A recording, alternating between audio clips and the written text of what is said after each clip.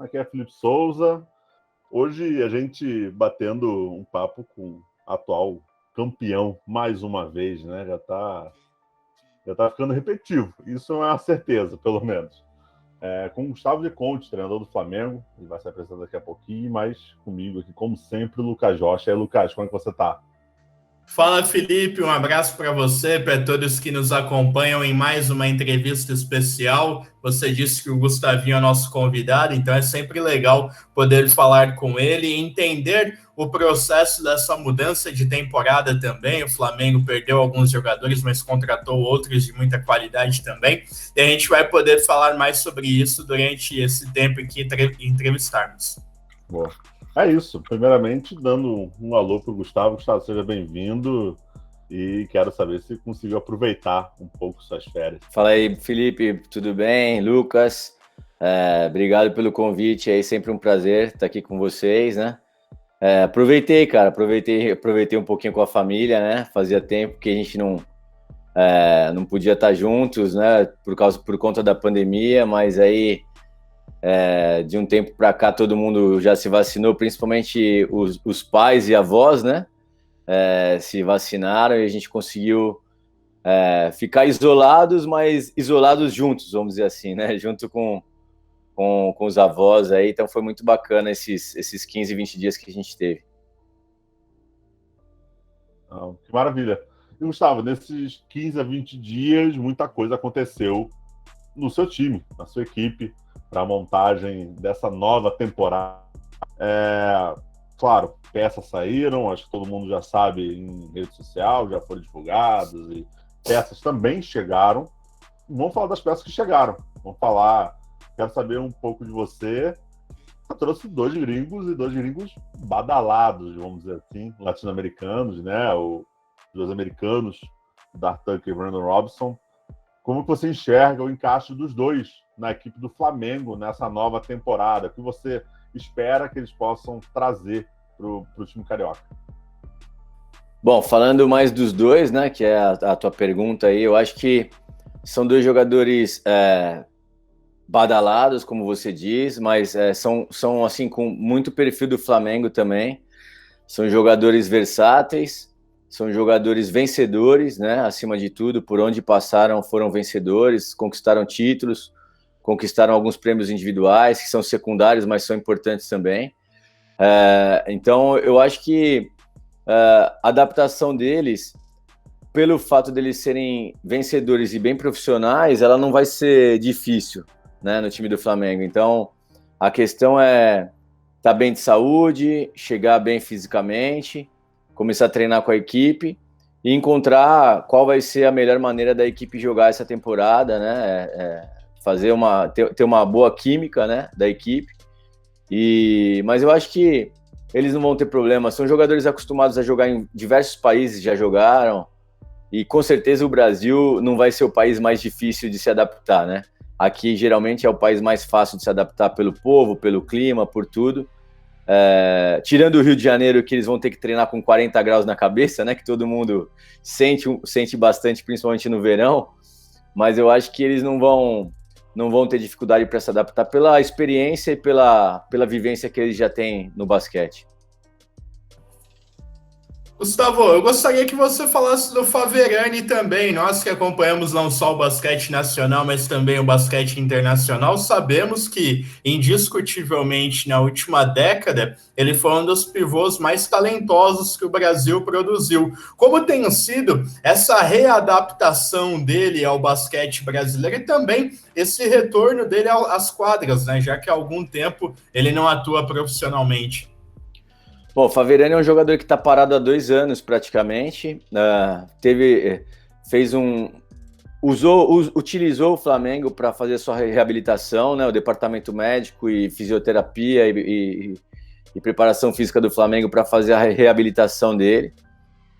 Foi um contato muito importante do nosso gerente, né? Do Diego, que tinha um contato bom com ele também. E aí, não é que convenceu ele, acho que foi casou bem ali a conversa dos dois, um querendo voltar, o outro querendo reabilitar um grande jogador, e aí deu tudo certo. Ele já está com a gente aí eu não sei exatamente, mas acho que de 8 a 10 meses ele já está com a gente. É um cara super profissional, que não quis ter férias, ele continuou treinando agora, enquanto a gente saiu de férias, ele continuou treinando. Estava só fazendo treinos individuais, ele já está treinando com a equipe. Está bem, o joelho está muito bom, está treinando muito bem, sentindo alguns desconfortos naturais para quem está parado há 2 anos, né? Mas, assim, acima de tudo, é um jogador que eu, pessoalmente, sempre admirei. Eu sempre acompanhei muito a carreira dele. Foi um cara que saiu do Brasil com 13 anos, né? E quando ele saiu, parece que teve algum problema aí com uma seleção brasileira de base, e aí ele ficou com isso na cabeça e nunca voltou para a seleção, ou porque estava com contrato com um clube que não deixava, ou por conta de seguro, ou por conta de lesão, enfim, ou porque não quis vir mesmo. Mas, enfim, hoje eu conhecendo ele muito de perto, como eu estou conhecendo diariamente, eu vejo que um cara que tem a cabeça muito boa, super vitorioso, super profissional e um cara com muita gana, assim, muita gana para voltar a jogar e muita gana para vencer. Então, é um cara que eu passei a admirar ainda mais depois que eu conheci pessoalmente e um jogador que a gente conta bastante para essa temporada. Fantástico. E vai ter do lado também o JP Batista, né? De volta ao rubro-negro, conhece muito bem ali a Gávea, sabe muito bem, imagino que vai ser a ponte de experiência da sua equipe também para essa nova temporada, o quanto ele pode agregar.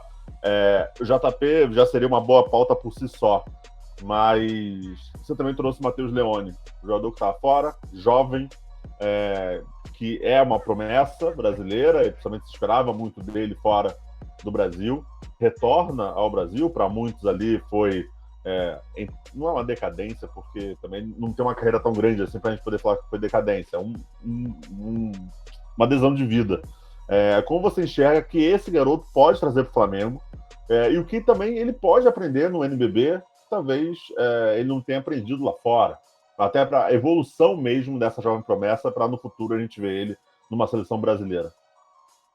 Bom, Matheus Leone também foi um achado aí do Diego, né? Mais uma vez, com bons contatos lá fora também, com bons contatos com os agentes. Ele conseguiu trazer o Matheus Leone. O Matheus Leone é um jogador que eu comparava um pouco, e foi comparado nas categorias de base, até por ter jogado no Palmeiras também, ao Iago, né? Ele sempre foi muito comparado em termos de ofensivos, né? Ofensivamente falando.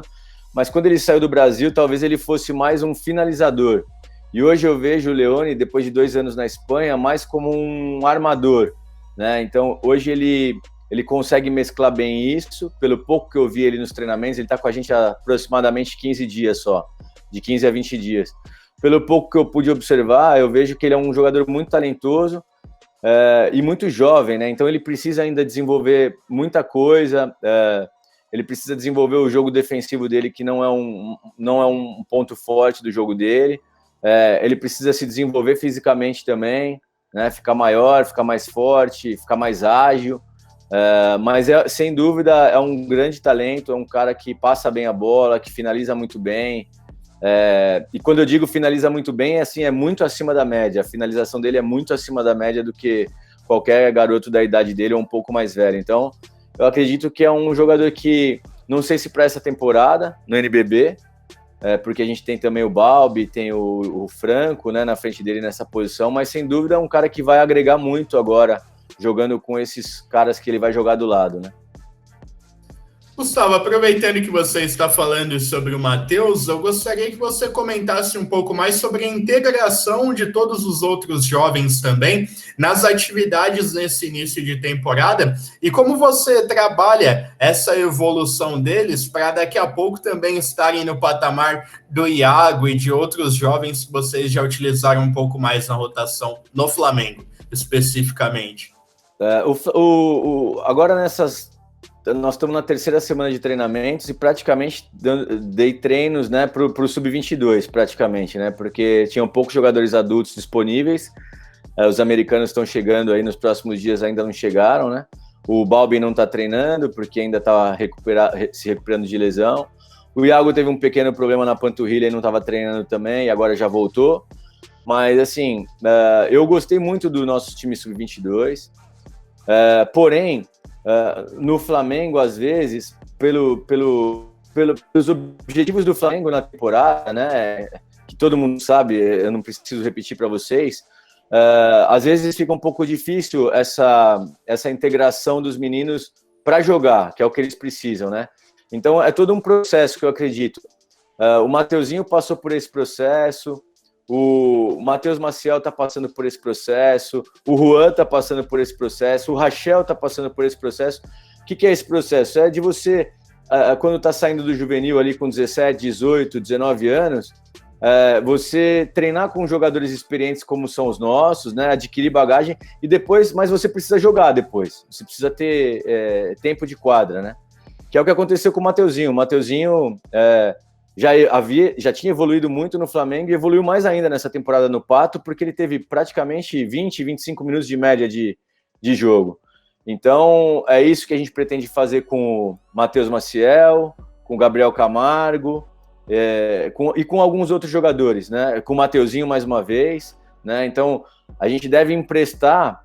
A experiência foi boa para nós e principalmente para os jogadores. Então, eu acho que a gente deve emprestar e deve colocar vários jogadores desse Sub-22 em equipes do NBB e que no final eles voltem para jogar o Sub-22 ou voltem para jogar o adulto. Hoje, confirmado, realmente, a gente tem o Matheus Leone, né, que vai seguir com a gente, o Rachel também vai seguir com a gente, e deve ter mais um ou dois meninos que vão seguir com a gente também no NBB, os outros todos a gente vai tentar encaixar em outras equipes. Mas a gente vai dar prioridade para ficar com os mais jovens no time do Flamengo. Fantástico, fantástico. Acho que isso é fundamental. A gente fala há muito tempo, principalmente no basquete nacional, o aproveitamento de base, o aproveitamento de jovens talentos. Não adianta achar que vai surgir um novo Alex Garcia do nada. Ele tem que entrar em quadra, tem que entender como funciona o jogo, entender o ritmo. Acho que isso é fantástico. Uma pergunta rápida antes da minha pergunta principal. Túlio da Silva está descartado por vocês ou alguma chance de ser aproveitado no Flamengo? Não, o Túlio tá chegando, cara. O Túlio tá chegando, ele tá terminando a temporada na Dominicana, e assim que ele terminar a temporada na República Dominicana, ele vai se apresentar ao Flamengo e tá chegando para participar da temporada, normalmente. Boa. Outra pergunta, o torcedor, assim, a gente acompanha basquete, então a gente tá um pouco meio que na bolha. A gente sabe quem é Brandon Robinson, a gente sabe quem é Darth Tucker, mas o torcedor rubro-negro às vezes não sabe quem é. E quando vê perdas de jogadores, você perde um Hetzheimer, você perde um Marquinhos, sempre há desconfiança do torcedor. A gente pode dizer que esse Flamengo que você está montando agora está cada vez mais com a sua cara, e claro, não menosprezando nenhum jogador que foi ou que ficou, tanto faz, mas muito passando a ser mais para o torcedor que, olha, pode ficar tranquilo que esse Flamengo, a gente perdeu peças, mas a gente trouxe peças tão boas quanto que podem nos ajudar. Você vê esse Flamengo melhor ou igual ao melhor da temporada passada? Como você avalia?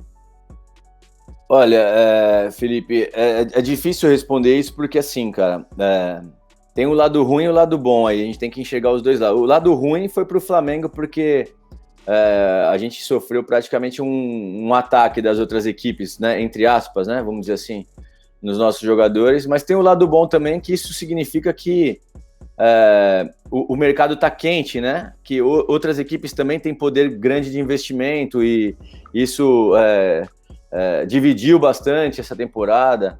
Eu acredito que a temporada passada, por conta da pandemia, a nossa diretoria teve uma habilidade muito grande, porque estava talvez com o orçamento já pronto, mesmo com a pandemia, na frente de todo mundo, e conseguiu montar o time que a gente montou, né? Então, já essa temporada não, já essa temporada o lado bom para o basquete é que mostra que todo mundo conseguiu melhorar o orçamento. Falar que esse time é melhor do que a temporada passada, só os resultados e só a quadra vai mostrar, né? Melhor que a temporada passada vai ser muito difícil, porque nós ganhamos tudo, né? Então vai ser muito difícil. Por outro lado, eu acredito também que os sucessos da equipe, eles não se repetem da mesma forma. Tem até literatura sobre isso, né? Que diz que quando você é campeão, você tem que mudar 30% da equipe, 25%, 30%, 35% da equipe. Eu não sei se isso é tão exato, né? E é muito mais uma sensibilidade de todo mundo que está envolvido, mas infelizmente a gente não conseguiu repetir a equipe. Infelizmente nós não conseguimos repetir. Por outro lado, acho que a gente aproveitou bem o que tinha de opção no mercado O torcedor do Flamengo tranquilo nunca pode ficar, e a gente também nunca vai ficar tranquilo.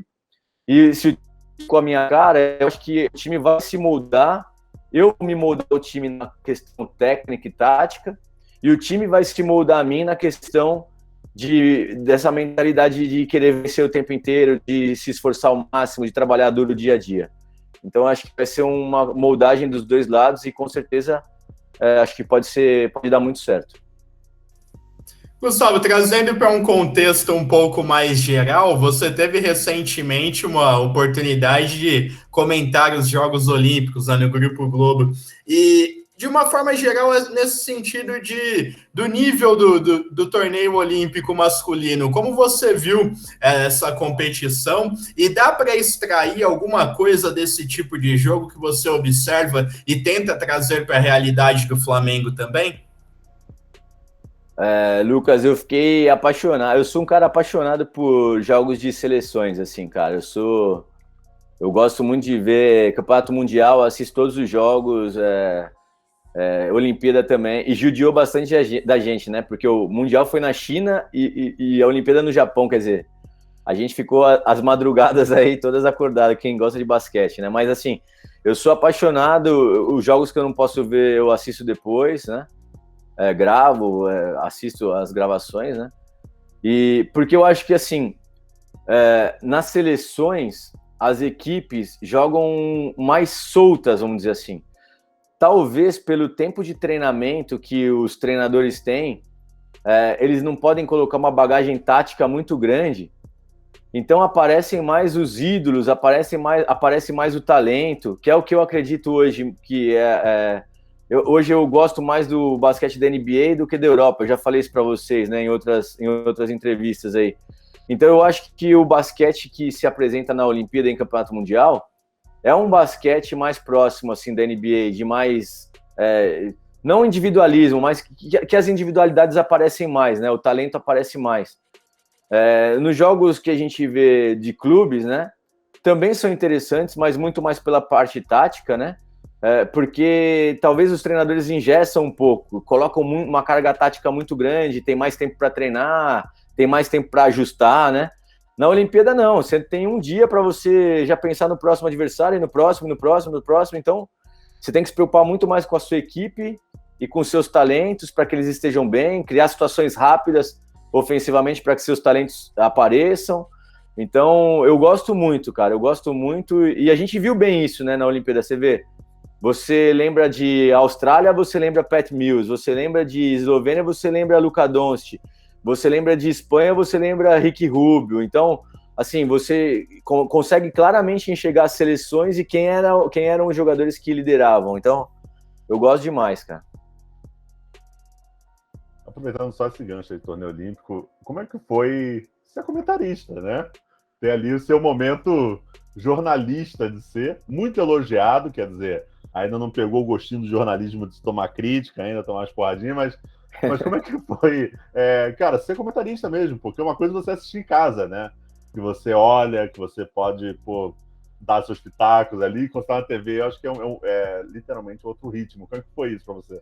Não, eu me senti muito à vontade, foi muito legal, assim, a recepção que tiveram comigo lá, desde o momento do convite até a liberação do Flamengo, eu tenho que agradecer também.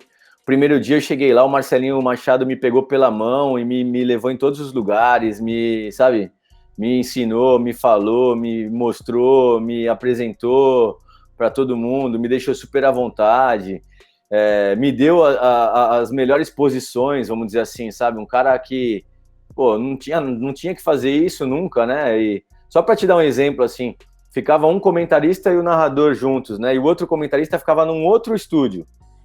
Então, aí, é claro, a prioridade era dele, de ficar com o comentarista. E ele falou, não, Gustavo, você vai ficar com o comentarista, eu vou ficar lá, porque eu já sei, e aqui você tá do lado do narrador, e aí o narrador já vai te dando uns toques. Então, assim, ele foi de uma... eu fiquei até, assim, não sabia nem o que fazer para agradecer tudo que ele fez por mim. Acho que isso aí me ajudou bastante. Só que agora eu vou confidenciar também o lado não tão bom, assim. Eu comecei a me sentir um pouco chato, cara, porque você começa a repetir muito as coisas, sabe? Você vai narrando, vai comentando e aí tá acontecendo a mesma coisa no jogo e você acaba que se repete algumas vezes. Então, eu acho que foi de bom tamanho para mim, cara. Eu tenho que, se eu for comentar alguma coisa, tem que ser nesse estilo, 10 dias e para.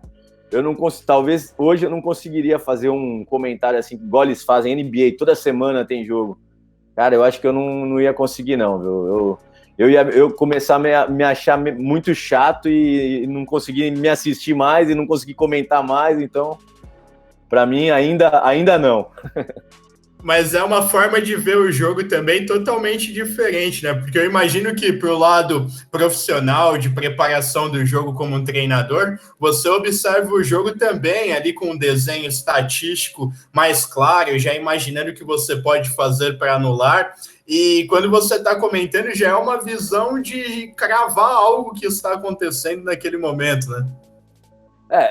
Eu diria para você que foi mais fácil, assim, porque eu tinha que ter a visão do que estava acontecendo, exatamente, né? Eu não tinha que estudar o adversário para ver o que eu ia fazer, o que eu não ia. Claro que a gente via os jogos e acabava estudando, e ainda bem também que tinha uma dupla de comentaristas, né? Então, a minha dupla, que era o Pedro Maia e o Marcelinho, geralmente, eles ficavam mais com a questão da falar as estatísticas, falar as curiosidades do jogo, né? A curiosidade de algum atleta, de algum treinador. E eu ficava mais com o jogo também, porque isso também é uma coisa que também não teria habilidade para fazer. Olhar o jogo e ver a estatística, e ver isso e ver aquilo, eu também não conseguia. Tentei fazer no primeiro jogo, nos primeiros não consegui. Para mim, eu tinha que focar numa coisa só, era uma coisa nova para mim, né? Então, também nisso eles me ajudaram muito. Não, fantástico, fantástico. E o Lucas, assim, agora ele também já sabe como funciona, né? Para cornetar agora é cada vez mais fácil, né? Tipo, olha, quando eu fiz no torneio olímpico não era assim. Tipo, Tá na hora do treinador pedir tempo, né? Poderia ter trocado outro. Pois é. Gustavo, você está desde 2018 no Flamengo. Uma das coisas que você falou lá na sua chegada era justamente fazer essa integração na base, né? Tentar moldar cada vez mais esse jovem talento para que chegasse pronto. Claro, não é uma fórmula mágica, não vai surgir novos talentos do nada. Como você avalia hoje esse trabalho de integração no Flamengo? E, claro, a gente está vendo jovens talentos sendo aproveitados, mas como você avalia? Você acha que está indo no ritmo que você sempre imaginou? Você acha que talvez a pandemia atrapalhou um pouquinho esse ritmo? Poderia ser um pouco mais rápido? Como você avalia esse trabalho de integração? Bom, eu acho algumas coisas que são importantes frisar. Assim, aqui no Rio, diferentemente de São Paulo, que eu estava acostumado, são poucos jogos de categoria de base. Isso não é uma coisa ruim, né, para a garotada. Isso estou falando desde sub-12, tá? Desde o sub-13, que o campeonato no Rio começa sub-13, né? Os sub-12 são festivais. Em São Paulo, a garotada joga todo final de semana, praticamente. Aqui no Rio, são menos times, mais difícil, campeonato mais enxuto, e aí passando por todas as categorias, né? Então, aí já tem uma dificuldade aí. Por essa dificuldade também, alguns talentos do Rio e de outros estados vão para São Paulo, né? Vão jogar em São Paulo. Então, o nível acaba não sendo tão bom nas categorias maiores também. A partir do 16, 18, 17, 19, o nível também não é tão bom. O Flamengo buscou uma saída inteligente, que foi jogar a LSB, né, a Liga, né? E aí botou o Sub-19 na Liga, botou o Sub-20 na Liga. Então, você joga contra jogadores adultos, jogadores veteranos, tem todo tipo de jogador ali, acho que é uma experiência boa. E o Flamengo acertou nisso. Mas, assim, no frigir dos ovos, assim, no final, a avaliação que eu faço é a seguinte. Quando a gente chegou no Flamengo, a gente tinha alguns jogadores saindo do Flamengo importantes, né, para centros importantes. Então, o Laprovitola foi para a Europa, o Benite foi para a Europa, o Cristiano Felício foi para a NBA, né, entre outros. Mas, assim, jogadores jovens saindo das categorias de base para jogar em equipes adultas, sejam elas no exterior ou no Brasil, praticamente não existia. Era só o João Vitor, que era o talento, né, o pivô, que era o mais talentoso. E hoje, numa resposta anterior, já te falei pelo menos 5 ou 6 jogadores que estão saindo do Flamengo para ir para outros times do NBB. Ainda não conseguem jogar no Flamengo, com exceção do Rachel, que vai jogar essa temporada, e talvez o Juan, mas os outros não no Flamengo, mas pelo menos em outros clubes estão jogando. Então, Eu vejo isso como uma vitória. O Flamengo foi campeão brasileiro sub-20, campeão sub-18, está disputando bem a LDB, então eu vejo que as coisas, nesse ponto de revelar jogadores, melhoraram. E até falando um pouco mais sobre a preparação do adulto nessa pré-temporada, Gustavinho, vocês também não têm um estadual com tantos jogos assim, como é o Campeonato Paulista, por exemplo. Como você tem pensado essa questão dos amistosos para chegar no NBB com uma bagagem competitiva maior? Bom, no Campeonato Carioca a gente vai jogar semifinal e final só, né? Essa temporada.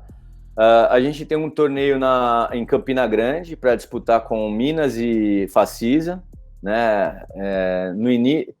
Se eu não me engano, é no início de outubro, não sei bem a data, acho que primeira semana de outubro, esse torneio lá em Campina Grande.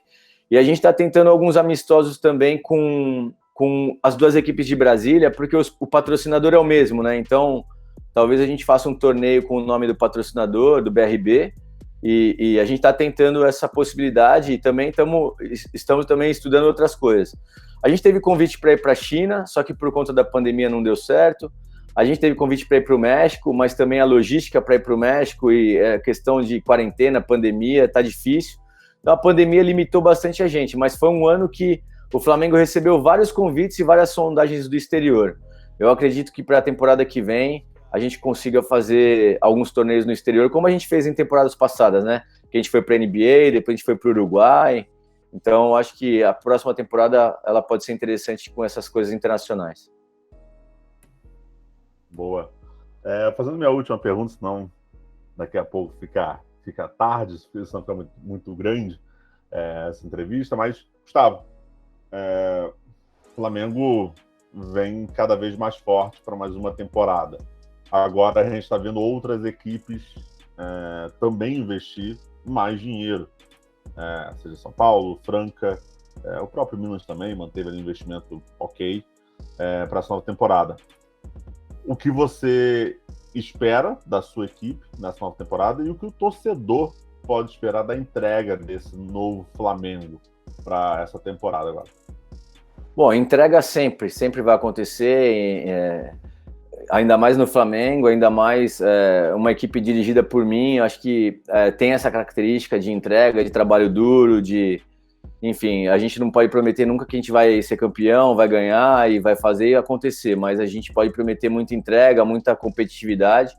É bom para o basquete que esteja competitivo em um nível acima, né? Que os nossos jovens, a gente vê jovens hoje liderando grandes equipes, né? Como é o caso do Iago, por exemplo, Lucas Dias, Jorginho, Lucas Mariano, enfim, jovens liderando. Então é importante para o basquete brasileiro, né? Para o crescimento do basquete, para a seleção brasileira, acho que é importante também. Para o Brasil em nível internacional é importante. Mas eu acho que é isso, Felipe. O que a gente pode prometer é isso: muito trabalho, a equipe vai ser muito competitiva, nós vamos buscar todos os campeonatos de novo. É claro, com a prioridade na Copa Intercontinental, né? Com certeza, foi uma coisa que torcedores, diretoria e nós estamos buscando há alguns anos e conseguimos voltar por méritos, ganhando a Champions e disputar o Mundial, que vai ser em fevereiro, então, a Copa Intercontinental. Mas, sem dúvida nenhuma, a gente, apesar de ter tido essa mudança de jogadores na equipe, continuamos com uma equipe muito boa, muito talentosa, não acima dos outros, mas também não abaixo dos outros. Então, nós temos chance de disputar todas as competições. Nessa última, eu gostaria de parabenizar o Gustavinho, né? A gente não falou depois da final do NBB, mas foi uma temporada histórica para o Flamengo, né? Uma temporada, para todo mundo ter ideia, com mais títulos do que derrotas, né? Então isso mostra como vocês tiveram uma sequência impressionante, né? Principalmente em 2021, não perderam nenhuma partida, e fica aqui o desejo que o trabalho continue sendo muito bem feito por aí, com grandes resultados, e levando o nome do Brasil afora, né? Porque esse ano vai ter Champions de novo, e como você falou anteriormente também, né, Gustavo? Vai ter o Intercontinental, vão enfrentar o Burgos, o Benite, né? Um desafio muito grande, mas eu tenho certeza que vocês vão fazer um bom papel por lá. Não, obrigado, cara. Agradeço bastante aí você, o Felipe, acompanho sempre vocês, as notícias, as análises de vocês nas redes sociais aí também. Vocês também estão de parabéns pelo trabalho que estão fazendo, e acho que isso aí engrandece, né, o basquete brasileiro. E quando a gente fala que o basquete brasileiro tem problemas, tem alguns problemas, mas também a gente precisa buscar soluções, né? Acho que nunca, quando você tem um fracasso, quando você não consegue uma vitória importante, ou um título importante, uma conquista importante, dificilmente é um fator só que não está funcionando, né? É um conjunto de coisas. Então, a gente tenta contribuir com a parte de dentro da quadra, vocês tentam contribuir com as análises, com a difusão do basquete. Enfim, eu acho que é um conjunto de coisas também que pode ajudar o basquete brasileiro a crescer ainda mais.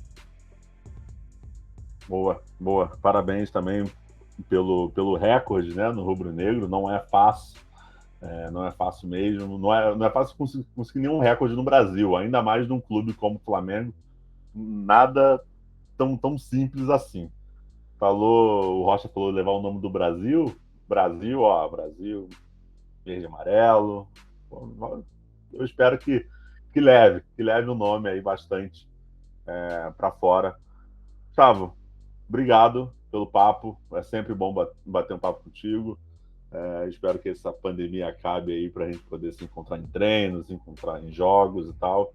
Desejo muita felicidade nessa nova temporada, que tudo corra bem, que o Flamengo corra bem, que seja uma temporada cada vez melhor aí, que você possa brilhar cada vez mais e o Flamengo conseguir bons resultados também. Acho que vai ser importante para o campeonato nacional. Então, mais uma vez, obrigado aí e obrigado, Rocha, também.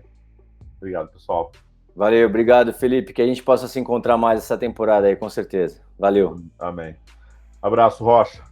Show de bola. Obrigado, Felipe. Obrigado a todos que acompanharam até o fim. Tenho certeza que foi mais uma grande conversa que nós tivemos por aqui, antecedendo essa temporada 2021-2022 para o Flamengo também. É isso. Agradeço a todo mundo que acompanhou até o final e até a próxima. Um abraço.